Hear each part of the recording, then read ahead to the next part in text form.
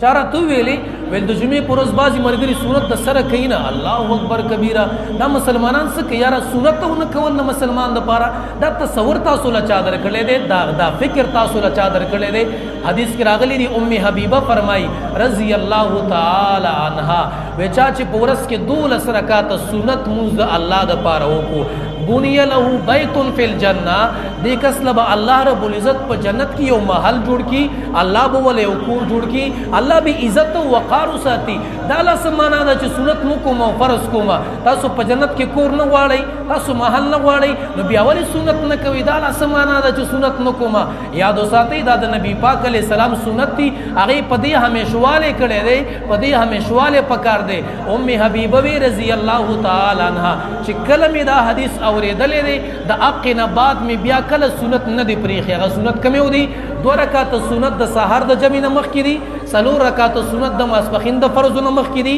2 رکعات د سنت د ماسپخین د فرض نه بعد دي 2 رکعات د ماخام د مز نه بعد دي سنت او 2 رکعات د ماسختن د مز نه بعد دي سنت دا 12 رکعات سنت چې سو په ورځ کې د الله د پاره وکي د سې کس لبا الله چاہیے سړی دی چاہیے خزه ده الله به ول جنت کې یو عالیشان محل جوړ کی بس د جمعې په ورځ خو یو راځي نه چې راشي خطبه شروع د امام خطبه وي دا چپړو ځای کې ګینې بس 2 رکعات وکي او بس به ته واپس منډه ده دا څه کوي یاره لږ فکر وکړئ لږ غور وکړئ لږ سوچ وکړئ دا سنت کوئ د سنتو پابندي کوئ سنت مه پرېږدئ د الله بندګانو د دې پابندي پکار ده په دې همیشواله پکار دی دا زموږ سبا قیامت کې پکارېږي سبا په محشر کې زموږ پکارېږي پولیس رات میزان عملنامه کې زموږ پکارېږي ولې داسې په منډه د جمعې په ورځ خو نور هم اسانه شي نور ورځو کې فرض 4 رکعات دي او د جمعې په ورځ 2 رکعات دي د چپړو په ځای کې صرف او صرف کو بنډه کې قصه ختمه نه